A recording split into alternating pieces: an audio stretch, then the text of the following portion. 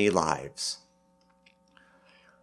An understanding of many lives begins with observations of our own life. All of us were once 2 years old, though most of us do not remember being 2. Our 2-year-old self had a life, a body, a mind very different from what we are today. In a sense, we could say that sometime along the way, our 2-year-old self died. The full memories of that time period are no longer available to us, and only the essence of our 2-year-old self remains. This process happens throughout our lives as we experience changes in deeply meaningful ways. For some, it's more gradual than others who may experience radical changes in their lives. Many of us feel a distance from the old us who lived a different life. We lose the ability to relate to our 2-year-old self, in large part because our current mind and body are substantially different. We can simply no longer relate to old us, and therefore disconnect from those memories. This is the same physical function that happens around our birth. We lose touch with our pre-birth selves. From this, we can begin to understand our many lives. From the first moments we were in the manifest realm, our awareness existed as an energy. That energy changes with experience. Birth, a change from a less material to a more material state, is a radical change that disrupts our way of embodying experience. In doing so, we can lose connection with our old selves.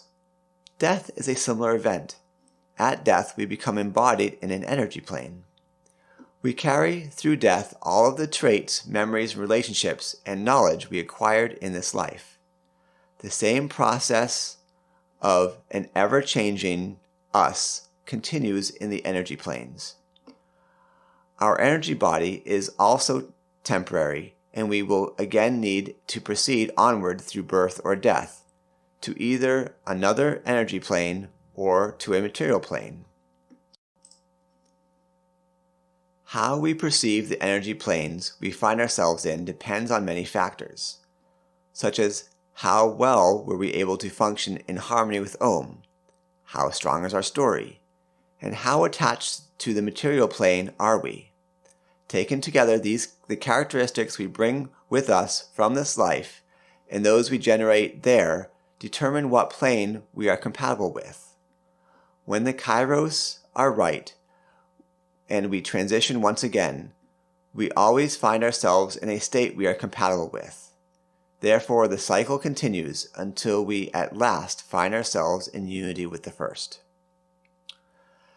There is no unchanging self that continues from life to life. Each life is a unique cosmic event.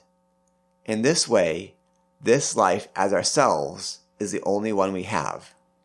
The absolute value of our life should not be taken lightly, but celebrated for the moment of joy it is.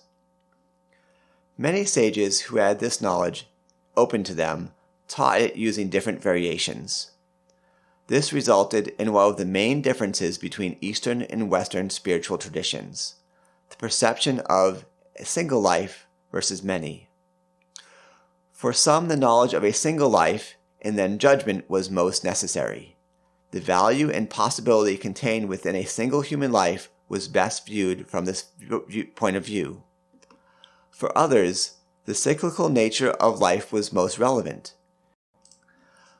With the knowledge of many lives, life and death are steps in a larger progression when none are lost. Neither is completely false, only adapted to the needs of the people at the time.